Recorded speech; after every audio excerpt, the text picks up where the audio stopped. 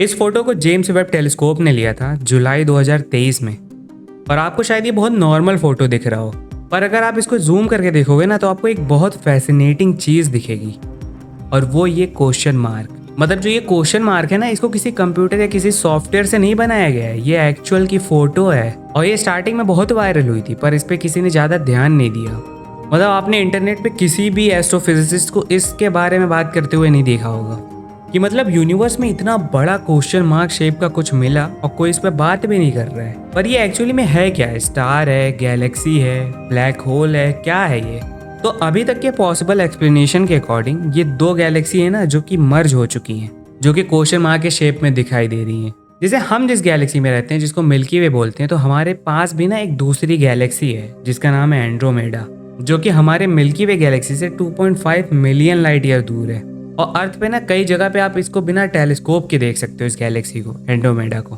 पर आज से 500 करोड़ साल बाद ना ये एंड्रोमेडा हमारे मिल्की वे गैलेक्सी से टकरा जाएगा और एक अजीब सी शेप ले लेगा।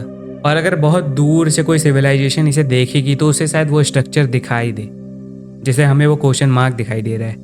जैसे अभी रिसेंटली जेम्स वेब टेलीस्कोप ने एक और अमेजिंग फोटो ली है जिसका नाम है ARP-142, जो कि आपको ईगल या पेंगुइन की तरह दिख रहा होगा।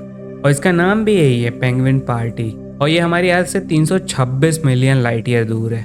और ये भी कोई एक सिंगल गैलेक्सी नहीं है, ये दो गैलेक्सीज आपस में टकरा गई हैं जिन्होंने पेंगुइन का शेप ले लिया है। और इस फोटो को देख के ना और भी बहुत सारी चीज़ें पता चलती है। जैसे इन दोनों गैलेक्सीज में से ना एक गैलेक्सी बहुत बड़ी रही होगी दूसरे के कंपैरिजन में। वो ऐसा इसलिए कि जैसे आप जो सेंटर वाला रीजन देख रहे हो, जिसको आप पेंगुइन की आंख समझ रहे हो, वो जो रीजन है वो पुरानी स्टार से भरा हुआ है। मतलब कि टकराने के बाद भी एक गैलेक्सी का सेंटर डिस्टर्ब नहीं हुआ। मतलब कि जो सेंटर वाली जगह है वो किसी बड़ी गैलेक्सी का था, तभी तो छोटी वाली गैलेक्सी उसे डिस्टर्ब नहीं कर पाई। और वहाँ पे अभी भी पुराने स्टार्स हैं। जैसे हमारे मिल्की वे गैलेक्सी में हर साल लगभग 6 या 7 नए तारे बनते हैं, पर इस पेंगुइन गैलेक्सी में ना 100 या 200 या एक्सट्रीम केस में 1000। और पता नहीं कि इन गैलेक्सीज में अगर कोई सिविलाइजेशन रही होगी तो उनका क्या हुआ होगा। और जेम्स वेब ने एक ऐसी और फोटो ली है जिसको ज्वेल्ड रिंग क्वेजार बोलते हैं। अभी रिसेंटली की फोटो है ये, जिसमें ना आपको ये रिंग शेप का कुछ दिख रहा होगा। ये एक्चुअल में ना एक क्वेजार है। और ये क्वेजार, सुपरनोवा, इन सब के बारे में मैंने अपने एक अलग वीडियो में बताया हुआ है, अगर इंटरेस्ट है तो देख लेना, मैं डिस्क्रिप्शन में लिंक दे दूंगा। पर ये सारी चीज़ें, ये रिंग और ये पेंगुइन पार्टी गैलेक्सी, ये तो फिर भी समझ में आ रहा है। पर वो जो क्वेश्चन मार्क वाली गैलेक्सी है ना, वो एकदम अजीब ही है। ये तो ऐसा हो सकता है कि वो गैलेक्सी वैसी हो ही ना जैसे हमें दिखाई दे रही है, क्योंकि कभी कभी क्या होता है ना कि ग्रेविटी लाइट को बेंड कर देती है, हमें चीज़ें अजीब शेप में दिखाई देती है। तो हो सकता है वो चीज़ उस गैलेक्सी के साथ हुआ हो, इसलिए हमें वो ऐसी दिखाई दे रही है। पर इन सब चीज़ों का एक अलग भी एक्सप्लेनेशन हो सकता है।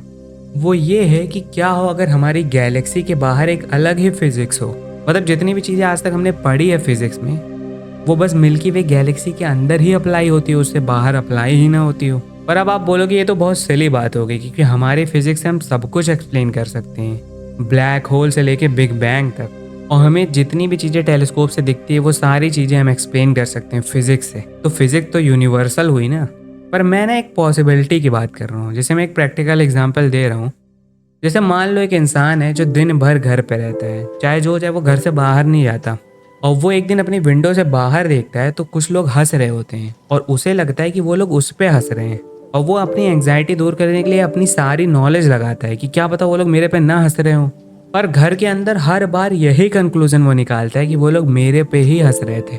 पर जब वो एक दिन घर से बाहर निकलता है तब उसे पता चलता है कि बात तो कुछ और थी। जो लोग हंस रहे थे वो खुद के जोक पे ही हंस रहे थे, वो लोग इस पे नहीं हंस रहे थे। पर ये कंक्लूजन वो कभी घर में रह के ना निकाल पाता। वो चाहे जितना दिमाग लगा लेता, उसकी लॉजिक के हिसाब से, उसकी नॉलेज के हिसाब से उसे वही लगता कि वो लोग उसी के ऊपर हंस रहे थे। तो वैसे ही जब हम स्पेस को टेलीस्कोप से देखते हैं तो भले ही हम सारी चीज़ें अपनी फिजिक्स से एक्सप्लेन कर दे रहे हो, पर इसका ये मतलब नहीं है कि वो पूरी तरह से उसी फिजिक्स से बनी हुई है। सच हमें तभी पता चलेगा जब हम एक्चुअल में स्पेस ट्रैवल करेंगे, क्योंकि टेलीस्कोप से देख के तो बस एक लॉजिक बन सकती है कि ये ऐसे हो रहा है, वो ऐसे हो रहा है, पर रियलिटी में चीज़ें पूरी तरह से अलग भी हो सकती है। इसीलिए स्पेस की अजीब चीज़ें ना भले ही हमारे फिजिक्स से एक्सप्लेन कर दी जा रही हो, पर इसका मतलब ये नहीं है कि वही पूरी सच्चाई है। एंड ये वीडियो बस यहीं तक था। अगर पसंद आए तो लाइक एंड सब्सक्राइब कर देना। अगर तुम्हारे पास कोई और थ्योरी है तो उसको लिख सकते हो कमेंट बॉक्स में।